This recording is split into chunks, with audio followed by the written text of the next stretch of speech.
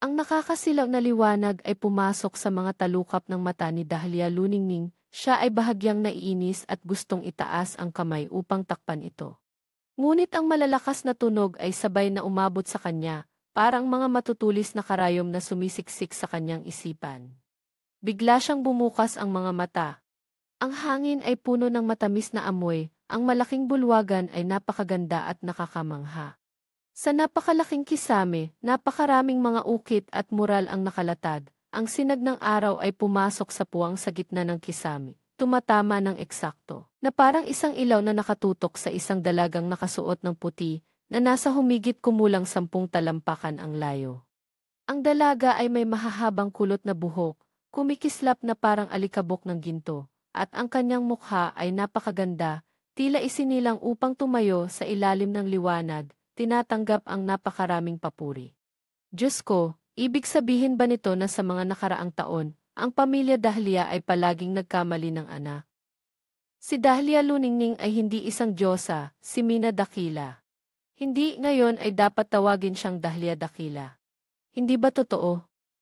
Kanina, nang magising si Dahlia Dakila sa kanyang dugo, nagbago ang mundo, sapat na upang patunayan na siya ay may ikatlong antas ng dugo. Sa buong angkan ng mga Diyos na ito, maliban sa purong dugo ng tatlong pangunahing pamilya, sino pa ang may ganitong dalisay na lahi? At saka, tingnan mo ang kanyang mga mata, hindi ba parang katulad ng pinuno ng pamilya Dahlia? Palagi kong naramdaman na may mali kay Dahlia Luningning talagang. Hindi ko akalain na siya ay isang impostor. Tingnan natin kung paano siya magiging mayabang sa atin mula ngayon. Ong naramdaman na may mali kay Dahlia Luningning talagang. Hindi ko akalain na siya ay isang impostor. Tingnan natin kung paano siya magiging mayabang sa atin mula ngayon. Mayabang? Baka hindi na siya makapagmayabang. Baka ngayon ang pamilya Dahlia ay nagagalit na gustong durugin siya sa alikabok.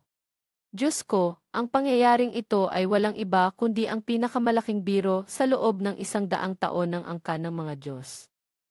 Ha ha ha ha! Ang mga bulong-bulungan ay umuugong sa buong bulwagan, ang kanilang mga boses ay medyo kakaiba, ngunit si Dahlia Luningning ay malinaw na nakakaintindi sa bawat salita. Ang lahat ay unti-unting umiwas, na parang siya ang sentro at nagkalat sa apat na sulok, walang sinuman ang tumingin ng diretsyo sa kanya, tanging ang mga pangungutya at kasiyahan ang bumabalot sa paligid.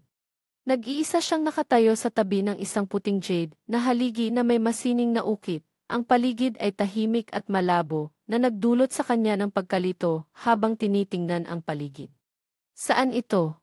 Ang unang reaksyon ni Dahlia Luningning ay nais sanang humila ng sinuman sa tabi upang magtanong, ngunit hindi niya alam kung bakit. Sa loob ng 5 o 6 na talampakan sa kanyang paligid ay kakaibang tahimik, na tila sinadyang iwanan siya sa isang malawak na espasyo, tahimik at walang mabuting hangarin. Dahil dito, walang nakapansin sa kanyang kakaibang kalagayan. Ang mga bulong-bulungan ay umabot sa kanyang mga tainga. Si Dahlia Luningning ay nahuli ang mga pangunahing salita. Sa wakas ay dahan-dahan niyang naunawaan ang isang bagay.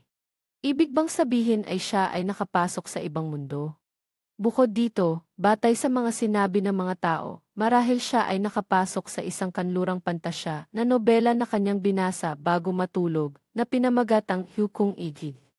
Mas nakakatakot, siya ay pumasok sa isang masamang tauhan na may parehong pangalan at apelyido sa kanya. Ang tawag dito ay nangungunang tauhan na walang silbi, ay tila masyadong magaan, dapat itong tawaging mas tumpak. Ang tauhang Dahlia Luningning sa librong ito ay isang nangungunang tauhan na kapalit ng pangunahing tauhan. Sa pangalan pa lang, alam na walang magandang wakas. Totoo nga, ang may-ari ng katawan na ito ay isinilang at lumaki sa kabisera, at siya ay isang dalagang anak ng pamilya Dahlia, isa sa 3 pangunahing pamilya sa Diyos na Ihigihigi. Dahil dito, siya ay mayabang at mapagmataas, malaya at pabaya, na may kasamang ugali ng pagiging matigas at luho na dulot ng pag-aalaga. Sa bawat paglitaw, siya ay may kasamang malakas na aura ng pagiging kontrabida, na parang nakaukit sa kanyang noo ang mga salitang, mayabang at nag-aaway sa lahat ng dako. Ang aking misyon ay pasakitin ang pangunahing tauhan at ang mga mambabasa. Dahil sa kanya, Siya ay isang pananggalang na itinayo ng pamilya Lakas upang itago ang pagkakaroon ng kanilang tunay na anak na babae, ang may-ari ng Finsin Kukidit na si Dahlia Dakila. Uningning, ay wala kundi isang buhay na pananggalang na itinayo ng pamilya Deep upang itago ang tunay na katawan ng Diyosa na walang kapintasan ng kanilang tunay na anak na babae, si Dahlia Dakila. Ang pangunahing tauhan ng librong ito ay si Dahlia Dakila, ang taong binanggit sa pag-uusap na iyon, tunay na dalaga, nagising na dugo sa ikatlong antas. Ngayon ay nakatayo sa ilalim ng liwanag ng araw na parang ang liwanag ng langit ay nagliliwanag. Mula ngayon, siya ay magiging makislap at tanyag sa Diyos na EFTTC. Magiging pinakamagandang Diyosa na karapat-dapat, na pinalad at minamahal ng lahat ng Diyos. Samantalang ang nangungunang tauhan na kapalit, na si Dahlia Luningning, mula sa kanyang pagsilang hanggang sa kanyang paglaki, ay isang buhay na pananggalang lamang.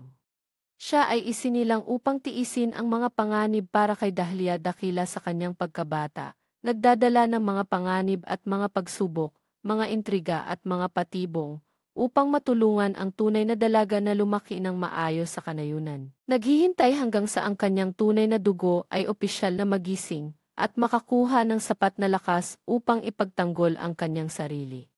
Kapag ang tunay na dalaga ay bumalik, siya rin ay magiging isang batong daanan na nagtataas ng hakbang para sa kanyang makamit ang kaluwalhasyan. Talagang napakadamdamin. Ngunit, ang mga bagay na ito ay hindi naman ang pangunahing punto ng librong Hukung Ejid. Noong una, si Dahlia Luningning ay nag-browse lamang sa forum bago matulog, nang hindi sinasadyang napilitang tingnan ang isang post na nagre-rekomenda ng librong ito. Sa talakayan, ang lahat ay nagkasundo sa papuri, sobrang bango ng kwentong ito, sayang kung hindi mo ito basahin. Siya ay naging mausisa at nag-click upang subukan, at agad niyang nakita ang matapang na buod ng may akda. Ang kwento ko ay sobrang ganda. Kung hindi mo ito basahin, magsisisi ka habang buhay. Agad na nahulog ang puso ni Dahlia Luningning. Sa simula, nang magsimula siyang magbasa, siya ay nagulat, ang may akda ay naglaan ng napakaraming pagsisikap upang lumikha ng isang napakagandang mundo at naglatag pa ng maraming mga detalye ng pagbabalik, na puno ng mga kapanapanabik na eksena. Hanggang sa siya ay lumipat sa susunod na pahina, bigla niyang natuklasan na ang nangungunang tauhan na kapalit sa kwento ay may parehong pangalan at apelyido sa kanya. Ang mukha ni Dahlia Luningning ay agad na naging matigas. Ang nangungunang tauhan na kapalit sa kwento, alam na kung ano ang mangyayari. Ang pangunahing tauhan na lalaki at ang mga tauhang lalaki ay sunod-sunod na lumitaw. Ang ilang mga tauhang lalaki at kontrabida, nang hindi makuha si Dahlia Dakila, ay naglabas ng lahat ng hindi maipaliwanag na galit sa nangungunang tauhan na kapalit, na nagdulot sa buong pahina ng mga eksenang puno ng pamumula at tibok ng puso. Ang orihinal na may-ari ay naging kasangkapan para sa mga tauhang lalaki na ilabas ang kanilang galit, at sa katunayan, sa orihinal na kwento, siya ay may malaking bahagi. Ano ang pakiramdam na makita ang isang tao na may parehong pangalan at apelyido sa kanya na pinahirapan ng mga tauhang lalaki sa kwento? Salamat, huwag nang magtanong. Ang tanong ay mahina, hindi na kayang tingnan. Si Dahlia Luningning ay hindi nakapagpigil na nagmura sa kanyang isipan.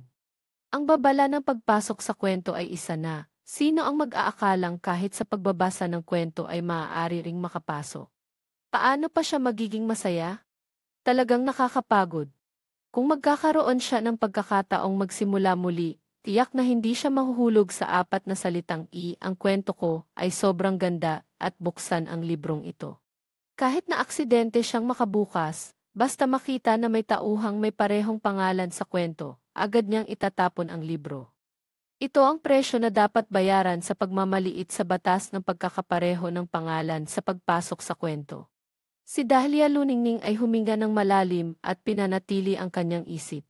Maliwanag, siya ay nakapasok sa simula ng kwento, ang oras ng tunay na Diyosa na makapangyarihan ay bumalik, at tinatapakan ang mukha ng nangungunang tauhan na walang silbi na ito upang ipakita ang kanyang kapangyarihan. Ayon sa script, si Dahlia Luningning na palaging nagniningning at mayabang ay sa wakas ay hindi na makatiis sa malamig na pagtanggi, sumigaw ng malakas na siya ang tanging pangunahing dalaga ng pamilya Dahlia. Sa huli, sa kanyang galit at pagkabaliw, siya ay nawalan ng kontrol, at pagkatapos ay pinagsasampal siya ni Dahlia Dakila na parang bagyong dumaan. Paano naman maaring ipasok ni Dahlia Luningning ang kanyang ulo upang masampal? Wala rin siyang interes sa pagiging tanging pangunahing dalaga ng pamilya Dahlia. Sa makatuwid, kapag alam na ang takbo ng kwento, tiyak na hindi siya makikipag-agawan kay Dahlia Dakila tulad ng orihinal na may-ari. Tanong, sino ang nais maging pangunahing tauhan sa isang kwentong puno ng kulay? Si Dahlia Luningning ay naramdaman na kailangan niyang ipahayag ang kanyang posisyon sa harap ng lahat upang maalis ang kanyang pagkakakilanlan bilang nangungunang tauhan na kapalit at hanggat maaari ay umiwas kay Dahlia Dakila upang hindi siya maipit sa mga kakaibang kwento ng pagbabawal sa hinaharap. Ngunit bago siya makapagsalita, ang karamihan sa harap niya ay kusang humiwalay, nagbigay daan. Isang mataas na figura ang lumitaw. Ang puting kasuotan ng pari ay humahaba sa lupa, tanging ang pilak na borda sa mga manggas ang bumubuo ng mga masalimuot na disenyo. Sa itaas ay may mga batong mamahalin na kulay ube na kumikislap, ang pinakamalaki at pinakamaliwanag ay nakasabit sa kwelyo ng kanyang damit na nakababa, kasama ang marangyang sombrero ng pari sa kanyang buhok na may uban. Dito ay ang banal na templo ng ginto ng ACGCG. Ang pinakamataas na sentro ng kapangyarihan ng buong kontinente ng templo ng Panginoon. Habang ang mataas na pari ay nalulumbay sa isang Diyos na pagtulog, ang mahal na tagapayo ang siyang humahawak sa lahat ng mga gawain, kumakatawan sa pinakamataas na kapangyarihan ng Diyos. Dahlia Luningning. Isang boses na matatag ngunit malinaw ang umabot, ang mahal na tagapayo ay nakatayo sa harap niya. Ang kanyang malamig na mga mata ay nakatingin mula sa itaas. Alam mo ba ang iyong kasalanan? Sa pagdating pa lang ay tinanong na siya ng kasalanan, si Dahlia Luningning ay hindi makapaniwala at sa likas na ugali ay napasagot, Ako. Ako ba ay may nagawang mali? Hindi mo alam ang pagsisisi, ang kasalanan ay lalong lumalala. Ang boses ng mahal na tagapayo ay lalong naging malamig, ang kanyang mga mata ay nagiging mas mahigpit. Malinaw na hindi ka purong Diyosa, ngunit nakisawsaw ka sa hanay ng mga Diyosa na reserba ng banal na templo ng ginto. Naglakas loob kang linlangin ang templo, ito ay paglapastangan sa mga Diyos. Itinaas niya ang kanyang boses, parang kidlat na bumagsak. Ang banal na kapangyarihan ay umuusbong na parang malupit na bagyo, tumama ng diretsyo patungo sa kanya. Ang mahahabang buhok ni Dahlia Luningning na nakabun ay nahagis sa hangin. Ang kanyang katawan ay natumba at umatras, naramdaman niyang nag-aapoy ang kanyang mga ugat, halos naipit siya ng mga salitang iyon sa estado ng sariling paghatol. Hindi inaasahan ni Dahlia Luningning na sa kanyang pagdating ay makakasalubong siya ng ganitong malupit na sitwasyon. Sinubukan niyang lunukin ang mapait na lasa na umaakyat sa kanyang lalamunan, nahirapang buksan ang kanyang bibig upang ipagtanggol ang sarili. Hindi ako. Wala akong kaalaman tungkol dito at wala akong intensyon na makasakit. Handang-handa akong ibalik ang lahat ng pag-aari niya, ibalik ang bagay sa tunay na may-ari, ako. Nagsisinungaling ka. Ang boses ng isang babae na matalim ay umabot at pumutol sa kanyang mga salita. Sa gitna ng karamihan, isang dalaga ang lumabas, ang kanyang mukha ay puno ng galit, ngunit sa ilalim ng galit na iyon ay may nakatagong kasiyahan na hindi maitatago. Paano ka makakapayag dito? Mahal na tagapayo, huwag nawang hayaan na maloko ka ng mga sinungaling na salita ng babaeng iyon. Sa buong ECTVC, siya ang pinakaumaasam sa kapangyarihan at karangyaan. Ako'y nananampalataya sa mga Diyos na aking sinasamba, apoy dangal at liwanag, at nanunumpa na ang aking sinasabi ay walang bahid ng kasinungalingan. Ang sumpa ay naisaad na, ngunit ang parusa ng Diyos ay hindi bumagsak. Itinaas ng dalaga ang kanyang kamay na nanunumpa, bahagyang inangat ang kanyang panga, at tiningnan si Dahlia Luningning na parabang tinitingnan ang isang asong ligaw na nahulog sa putik. Kasabay nito, ang malamig at walang pakialam na tingin ng mataas na pari ay muling bumagsak kay Dahlia Luningning. Mukhang totoo ang sinasabi niya. Bibigyan kita ng isa pang pagkakataon upang magsisi, alam mo ba ang iyong kasalanan? Napapamaang si Dahlia Luningning. Anong kabaliwan ito? Isang sumpa lang at nagiging totoo na? Ang presyon mula sa mahal na tagapayo ay nagdulot ng matinding sakit sa kanyang katawan, ngunit pinilit pa rin niyang tiisin ito, pinipigilan ang galit habang naputol ang kanyang mga salita, at sinubukang muling magsalita, hindi. Kahit na ako'y naghangad ng kapangyarihan, hindi ito nangangahulugang ako'y nanlinlang sa templo ng Diyos. Ang aking lahi, kung ako ba'y purong dugo o hindi, ay hindi ko maaring ipasya. Nang ako'y mapagkamalang anak ng Dibgya, wala akong anumang kontrol sa aking mga kilos. Sa kabuuan, anuman ang nakaraan, tulad ng aking sinabi, handa akong isuko. Paano mangyayari iyon? Isang tinig ng binata na puno ng pang-aasar ang umabot sa kanyang pandinig, isang kabataan na nakasuot ng bulaklaking damit ang lumabas, muling pumigil sa kanyang mga salita. Nakalimutan mo na ba kung paano ka nakadikit kay Kilalay-na? Nakalimutan mo na ba ang lahat ng mga paraan na iyong ginamit upang pilitin siyang maging iyong kasintahan? Ano, handa ka bang isuko kahit si Kilalay-na? Ang taong iyon ay bumiti ng may masamang intensyon, bahagyang umikot sa kanyang tagiliran, na nagpapakita ng isang binatang may gintong buhok na nakatayo sa likod niya. Ang sumpa na iyong binigkas sa harap ng Diyos, para sa kanya ay tila pawang kasinungalingan. Ngunit kung ito'y kasinungalingan, ang sumpa na iyong binigkas sa harap ng Diyos, para sa kanya ay tila pawang kasinungalingan. Ngunit kung ito'y kasinungalingan, ang kanyang boses ay unti-unting humahaba, ang mga labi niya ay nakangiti sa isang mapanlait na paraan. Iyan ay isang malaking kasalanan sa Diyos. Tumingala si Dahlia Luningning Kailigaya sa kauna-unahang pagkakataon sa kanyang buhay, na pagtanto niyang ang ekspresyon ng isang tao ay maaaring puno ng galit at paghamak. Ang tingin na iyon ay parang isang matulis na pangsaksak na tumagos sa kanya, pinipigilan siyang kumilos. Maaari. Maaari akong humingi ng tawad para sa mga nagawa ko sa nakaraan. Patuloy na napuputol, ang damdamin ni Dahlia Luningning ay malapit nang umabot sa hangganan, ngunit pinilit pa rin niyang pigilin ang kanyang inis, pinipigilan ang sarili upang maiwasan ang karagdagang alitan. Sa kabila ng lahat, siya ay naging Dahlia Luningning, kaya't natural na dapat niyang pasanin ang mga bunga ng kanyang iniwan. Taos puso akong humihingi ng tawad, ngunit wala akong intensyon. O aking iginagalang na Diyos. Isang tinig ng isang gitnang edad na lalaki na puno ng sakit at pagsisisi ang umabot mula sa pintuan ng templo, na sinamahan ng malungkot na hikbi ng isang babae, na muling pumutol sa mga salita ni Dahlia Luningning. Ang tunog ng nagmamadaling mga hakbang ay lumapit, 2 tao ang sabay na lumuhod sa harap ng ATD. Nakayuko at tinakpan ang kanilang mga mukha bilang tanda ng pagsisisi. Kami bulag at hindi nakilala ang aming sariling anak na babae. Nilapastangan ang liwanag ng templo ng ginto. Handa kaming tumanggap ng anumang parusa. Ngunit huwag sanang parusahan ang aming anak na babae, si Dahlia Dakila, wala siyang kinalaman dito. Sa puntong ito, ang pinuno ng Dibgya, si Dahonyang, biglang umangat ang kanyang katawan, sa gulat ng lahat. Matinding tiningnan si Dahlia Luningning, ang kanyang boses ay lalong puno ng dalamhati. Siya nga. Siya ang hindi marunong gumamit ng anumang paraan upang mahikayat kami. Maaaring siya ay may kinalaman sa mauwin, kahit na may kaalaman sa ilang mga lihim na batas dito. Kung hindi, paano kami magkakamali sa aming sariling anak na babae? Dahlia Luningning. Sa wakas, huminga siya ng malalim, nilulunok ang lahat ng mga paliwanag na nais niyang ipahayag. Sa wakas, napagtanto niya ang isang bagay. Walang sinuman dito ang nais makinig sa kanya, wala ring sinuman ang nagmamalasakit sa kanyang mga iniisip. Lahat ng tao ay nais lamang siyang parusahan. Nang ang Dibgya ay nagplano ng TTG Githim Kimpi na ito, tiyak na handa na sila para sa lahat ng mga sitwasyon ng araw na ito.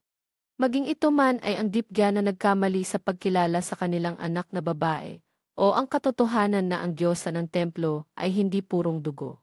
Lahat ng mga pangyayaring ito na kakaiba at mali ay nangangailangan ng isang tao upang pasanin.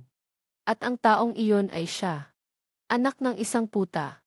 Kapag naisip na niya ang bagay na ito, hindi maiiwasang naisip ni Dahlia Luningning ang paglalarawan ng sitwasyong ito sa isang aklat.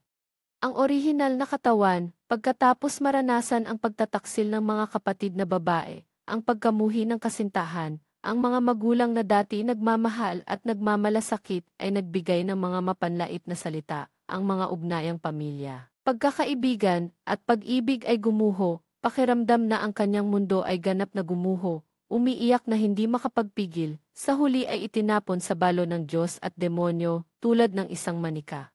Naunawaan niya ang pagkasira at kawalang pag-asa ng orihinal na katawan. Andens anand adens gingoin ni, ihiuti, andens adens di sen, haini and das event di itignet. Andens vc dugi sent chundens, livu vent tided linquan nand. The isir dugi fina tridens ligi ative, toitsan fidden. The chuin kang win ye, adend fe chuin kadnans. Anans endem re. I need he zeni dance dendit anans, gingithi ang dendit is try, jendi isan dan tied dan za sfatnans. IETTC and then C angset C TDA mudi, TC dens lan anans ended, sinli is he zens gikitse tidit tse. Sias gin event da ives anand gyan evad. Diplin ilay eki sudntuhay. Taku BTT say. Enengs itatin lidens za tis de ri, TT and tidens, ay telo si mudi kiming, adens tiren. Dian tirik dende kwan enki and then sen fiksudat, ritin hinniting. Trompides in, mighting eyes akan dyan vans im is. Ay ni tihid zani dan gisi Dindeksong inan fi ti reskaw, yesay ni. Nagkamali ako sa pagtitiwala sa pamilya, ngunit hindi ko inasahan na ang mga taong kasama kong lumaki ay walang halaga sa mata ng aking sariling dugo. Nagkamali ako sa pagtrato ng tapat sa mga kaibigan, ngunit sa huli ay tumanggap lamang ng pagtataksil at kasinungalingan.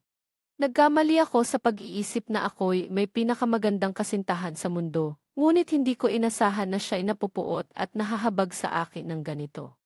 Tumingala siya, ang mahahabang buhok ay nakalaylay, ang mga labi ay may dugo, ang balat ay maputla tulad ng nyebe, ang kombinasyon ng pula at puti ay nagbigay ng isang kagandahan na puno ng hamon at pagkawasak. Akala mo ako'y isang taong sakim sa kapangyarihan, sakim sa karangyaan sa GCT dahil sa ikaw ay masyadong mababaw, may limitadong pananaw, nakapaloob lamang sa iyong sariling mundo. Tumingin siya sa dalagang nagbintang sa kanya, at muling ibinaba ang tingin sa binatang nakatayo sa tabi ni Kilalaina, ngumiti ng malamig, sinasabi mong ginamit ko ang mga paraan upang pilitin si Kilalaina. Nakakatawa. Tatanungin kita, kung ngayon ay babaguhin ko ang aking isip, nais kitang pilitin na makipag-ugnayan sa akin, papayag ka ba? Ang mukha ng binata ay agad na nagbago, kahit mamatay ako, hindi ako makikipag-ugnayan sa isang babaeng katulad mo. Tama nga, kung si Kilalaina ay nahihirapan, ayaw na ayaw, bakit hindi siya gumawa ng tulad ng sa iyo, magpakamatay upang ipakita ang kanyang saloobin? Bakit? Takot o ayaw? O nakita ang kapangyarihan at kayamanan ng Dahlia dakila na masyadong kaakit-akit. Kahit mamatay ako, hindi ako makikipag-ugnayan sa isang babaeng katulad mo. Tama nga, kung si Kilalaina ay nahihirapan, ayaw na ayaw, bakit hindi siya gumawa ng tulad ng sa iyo, magpakamatay upang ipakita ang kanyang saloobin? Bakit? Takot o ayaw? O nakita ang kapangyarihan at kayamanan ng Dahlia dakila na masyadong kaakit-akit. Hindi na kayang pigilin ni Kilalaina, ang pamilya namin, ang Q, at ang Dahliagya ay parehong tatlong pangunahing pamilya ng Diyos na lungsod, paano ko maaring maging sakim sa mga bagay na ito? Tama nga. Itinuro ni Dahlia luningning ang kanyang daliri, iginuhit ang isang linya sa hangin, kaya't nakakagulat, ang aming pamilya ay pantay. Paano ko maaring pilitin kang makipag-ugnayan sa akin? Sa mundong ito, may sinuman bang makakapilit sa tatlong pangunahing pamilya ng Q ng Diyos na lungsod? Mayroon bang sinuman na nasa likod, isang Diyos na maaaring makialam? Ang tingin ni Kilalaina ay natigilan. Alam niyang ang sinasabi ni Dahlia luningning ay totoo. Ang kasunduan sa pagitan ng Dahliagya at Kyugya, sa katunayan, ay hindi isang sapilitan, kundi isang makapangyarihang alyansa upang mapanatili ang purong dugo na marangal. Ang mga kaibigan niya, nang magsalita para sa kanya, ay talagang naglalayong paghiwalayin siya kay Dahlia Luningning. Ang kasunduan sa pagitan ng dalawang pamilya ay dapat ipagpatuloy, ngunit hindi kay Dahlia Luningning, kundi sa tunay na dalaga ng pamilya Deep, si Dahlia Dakila. Si Dahlia Luningning ay nabigo at ayaw nang makipag-usap pa sa kanya, walang emosyon na nakatingin sa mag-asawang dahon niyang na nakaluhod pa rin sa harap ng punong pari. Tungkol sa inyo, nakatagpo kayo ng maling anak, hindi ba't ito ay isang katangahan at pagkakamali ninyo? Ano ang kinalaman ko dito? Habang patuloy siyang nagsasalita, lalo siyang nagagalit at bumilis ang kanyang pagsasalita. Kayo pa ang nagbukas ng bibig para sabihin na gusto ninyo akong ipagsama kay Apoy Dangal. Kaya't tanong ko, maaari bang isipin ko na sinasadya ninyong nakilala ang maling anak? Nasaan ang tunay kong mga magulang? Baka pinatay na ninyo sila para manahimik? Agad na nagbago ang mukha ni Dahon niyang, tumahimik ka. Talagang hindi ko nakilala ang mga tao. Ako ay masyadong naive. Ako ay mailihim na pag-asa. Akala ko ang mga kamag-anak, kaibigan, at minamahal ko ay walang kinalaman sa mga kapangyarihan at katayuan na ito. Sa katunayan, hindi pinansin ni Dahlia Luningning ang mukha ni Dahon niyang o ang mga tao sa paligid. Sa wakas ay tumingin siya kay Dahlia Dakila. Sa unang pagkakataon ay nakaharap ang kanyang mga mata sa tunay na bida ng kwento. Dahlia Dakila, mula ngayon, lahat ng sinabi ko ay para sa iyo. Binabati kita. Alam ng lahat na si Dahlia Luningning ay mayabang at mahirap pakisamahan, ngunit hindi nila inasahan na sa pagkakataong ito ay kaya niyang mapanatili ang kanyang katinuan. Ang mga salitang sinabi niya ay tila impulsive at matigas, ngunit kung makikinig ng mabuti, hindi maaring agad na pabulaanan. Si Dahon niyang ay sa wakas nagising mula sa pagkabigla na dulot ng galit na dulot ng anak na kapalit na ito. Sumigaw siya sa galit, nagsasalita ka ng kalokohan. Nagkakagulo ka sa banal na templo. Sa ngalan, ako pa rin ang iyong tagapangalaga. Hihilingin kong paalisin ka ng punong pari sa mauwin na marumi. Paano, hindi mo ako kayang talunin kaya't balak mong lipulin ako. Hindi umatras si Dahlia Luningning, sa halip ay tumawa pa. Kung ang tatlong malalaking pamilya sa banal na lungsod ay ganyan pa rin ang pagkukunwari, ano ang kaibahan nito sa mauwin? Siya ay ngumiti ng maluwag, sa isang sandali, ang mga salitang, may iba pa ba kay inang, ay umalingaw na parang etso sa tahimik na espasyo ng gintong bulwagan, kung saan lahat ng mga mata ay nakatuon sa kanya. Ang etso at tawanan ay naghalo-halo, ang mga dambuhalang estatwa ng mga Diyos ay nakapaligid sa bulwagan, tahimik na nakatingin pababa, tila hindi man lang nababahala. Gayunpaman, ang mahal na tagapayo ay palaging malamig na nagmamasid at hindi mapigilan, hindi maaring hayaan na ang mga salitang ito ay umabot sa pinakabanal na bulwagan ng kontinente ng Dihisunaka. Kasinungalingan sa Diyos. Ang mahal na tagapayo ay umakyat ang manggas, naglakad patungo kay Dahlia Luningning, ang kanyang manggas ay tila umaalon sa bawat hakbang, ang mga disenyo sa mga ito ay tila gustong mabuhay. Ang sinumang kasinungalingan sa Diyos ay parurusahan sa inang na marumi. Sasama ako. Bago pa natapos ng mahal na tagapayo ang kanyang mga salita, siya ay pinutol ni Dahlia Luningning sa isang malakas na pagsasalita. Hindi niya alam kung kailan siya tumalon sa gitna ng Diyos na bulwagan, pumasok sa isang ipinagbabawal na spell sa mismong gitna ng bulwagan, kung saan ang dilaw at lila na liwanag ay umuusok sa paligid. Na tila dalawang magkasalungat na puwersa ay patuloy na naglalaban. Nakatayo siya sa bibig ng balon sa pagitan ng Diyos at demonyo, nakabuka ang kanyang mga braso sa harap ng lahat. Ayon sa orihinal na kwento, ang katawan ng orihinal na may-ari ay dinala ni Dahlia Dakila sa hatol ng mga Diyos, ang kanyang katawan ay pinabayaan at itinapon sa balon. Siya, sa simula, ay pinili na unti-unting umatras, dahil ayaw niyang makaranas ng parehong kapalaran ng orihinal na may-ari. Sa kasamaang palad, maaari lamang niyang baguhin ang proseso, ngunit hindi ang resulta. Gayunpaman, hindi nadarama ni Dahlia Luningning ang pagkabigo. Kahit na hindi pa siya sigurado kung ang kanyang kapalaran ay mababago, ngunit sa hindi bababasa, nang makita ang mukha ng lahat habang siya ay punit-punit ang peking maskara ng kanilang mga mukha, kasama ang takot at pagkalito sa mukha ni Dahlia Dakila. Siya ay nakaramdam ng kasiyahan. Dapat ninyong alalahanin ang araw na ito, ako, Dahlia Luningning, ay pinilit na tumalon sa inang dahil sa pagkakamali ng iba. Kung ang mga Diyos ay may mga mata, sana ay linisin ninyo ang lahat ng aking mga pagkakamali. Wala akong kasalanan at tiyak na hindi ako tatanggap ng pagkakamali. Ang dalaga ay tumawa ng labis, nakataas ang kanyang ulo, ang mahahabang buhok ay nahihip ng hangin mula sa bibig ng balon, lumilipad sa hangin, at pagkatapos ay siya ay tumalon sa balon ng Diyos-demonyo sa harap ng naguguluhang mga mata ng lahat. Ang kakaibang at nagniningning na liwanag mula sa balon ng Diyos-demonyo ay umusbong, agad na nilamon ang anyo ng dalaga. Ang kakaibang at nagniningning na liwanag mula sa balon ng Diyos-demonyo ay umusbong, agad na nilamon ang anyo ng dalaga. Sa biglang pagdapo ng dilim at ang pakiramdam ng bigat ay nawala, unti-unting nagbago ang kanyang mukha, ang kanyang mga mata ay unti-unting naging tahimik. Ang pakiramdam na parang napupunit mula sa kanyang mga laman loob ay sumiklab, hindi niya ito kayang tiisin, umubo siya ng dugo. Ang balon ng Diyos-demonyo, na matatagpuan sa gitna ng Diyosa ng Bulwagan, ay ang tanging daanan na nag-ugnay sa kontinente ng Dihi Sukanap at Inang na Marumi. Ang Diyosa ng Bulwagan ay hindi lamang para sa paggalang sa mga Diyos, kundi pati na rin isang selyo para sa balon na ito. Ang lakas ng selyo na ito, na pinagsama sa nakalalasong hangin na ibinubuga ng Inang, kapag nagbanggaan ay nagdudulot ng sakit na parang napupunit siya habang pumapasok sa ipinagbabawal na spell. Ang kanyang kakayahang makatiis hanggang sa puntong ito ay dahil lamang sa isang hininga.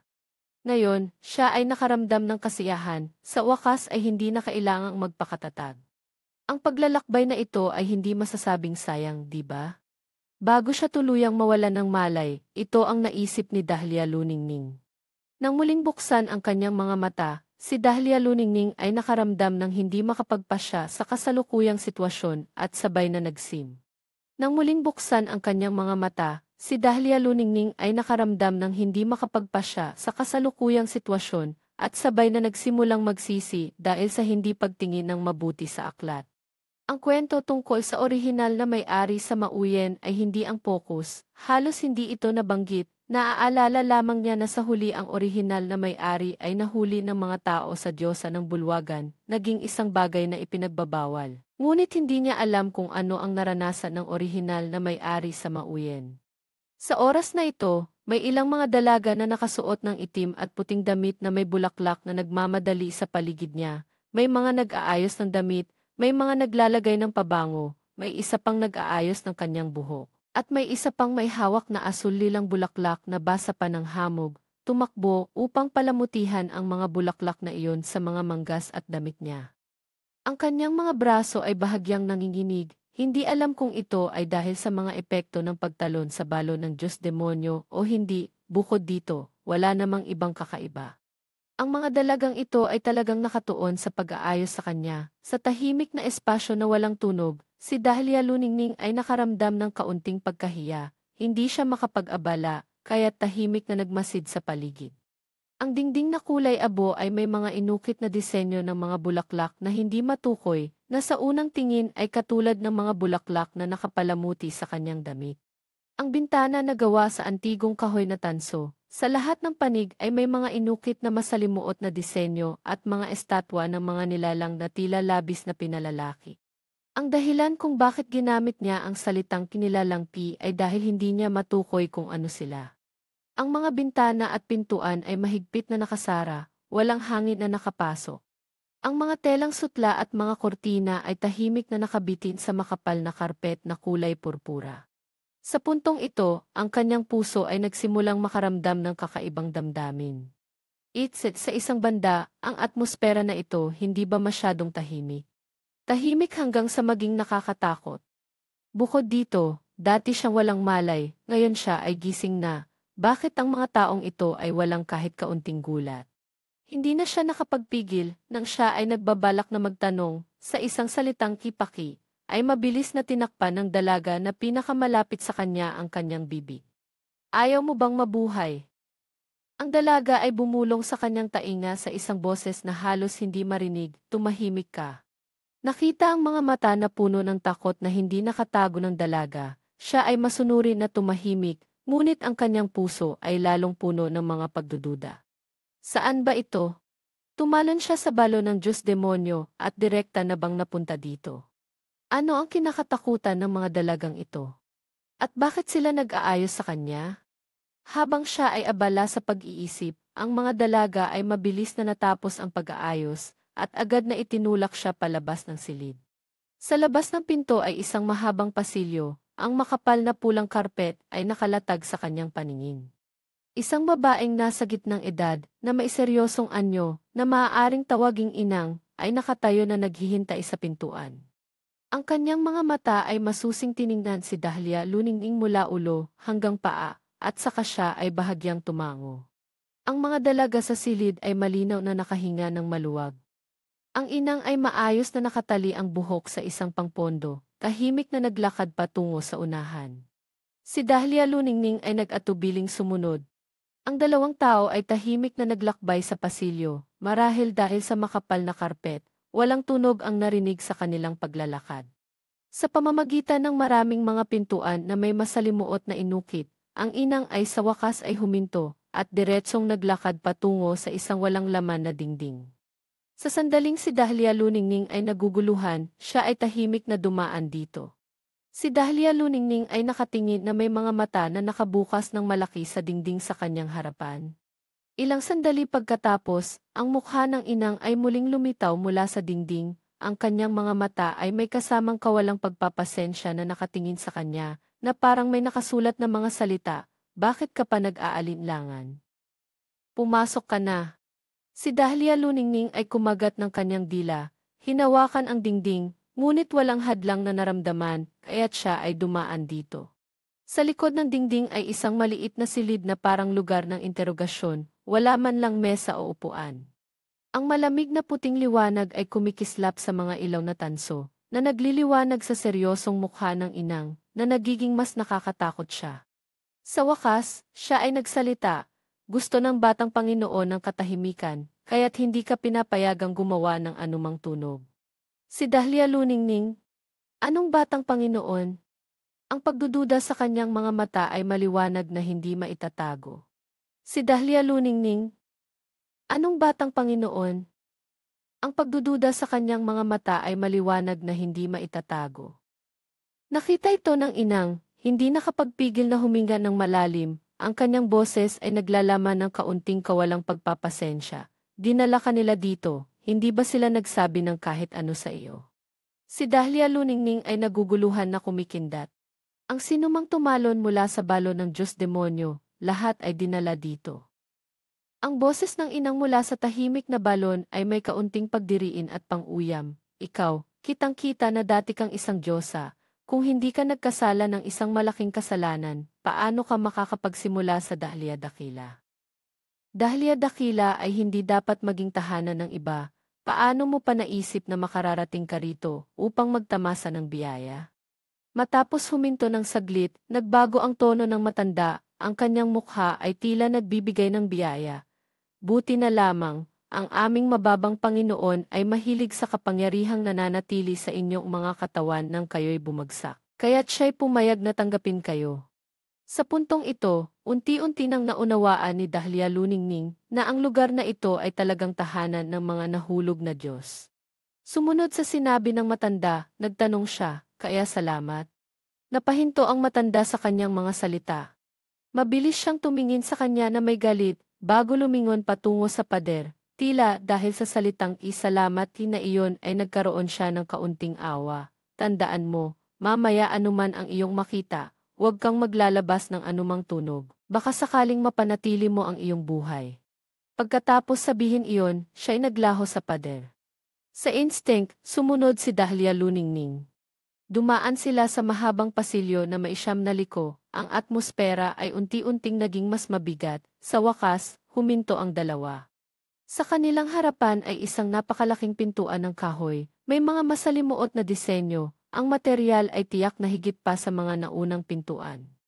Sa pintuan ay inukit ang iba't ibang uri ng nilalang na hindi pa niya nakikilala, tila buhay na nakatingala, mula sa lahat ng direksyon ay sumisilip, ang mga mata ay puno ng magagarang hiyas, kumikislap na tila tinitingnan. Sila ni Dahlia Luningning at ng matanda. Isang hindi nakikitang presyon ang dumaan sa pintuan. Ang matanda ay nagbigay ng babala sa kanya sa pamamagitan ng isang sulyap, ngunit hindi niya maikubli ang tensyon sa kanyang mga mata. Lumapit siya ng isang hakbang, at bago pa man siya nakakapag-knock, ang pintuan ay kusa ng bumukas. Isang matinding amoy ng dugo ang sumalubong sa hangin. Kasabay nito, isang dalaga ang itinapon palabas, ang buong katawan ay walang kahit isang buo na balat.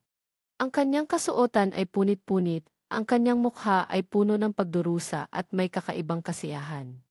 Malaki ang kanyang bibig ngunit walang tunog na lumalabas. Sa sandaling bumagsak ang kanyang katawan sa lupa, ang madilim na pulang alpombra sa ilalim ay biglang nagpakita ng maliliit na kamay na kulay abo-puti. Mabilis na hinila ang kanyang katawan at ang dugong bumubula papasok sa sinapupunan ng alpombra. Si Dahlia Luningning. Sa sandaling ito, bigla niyang naisip ang isang bagay.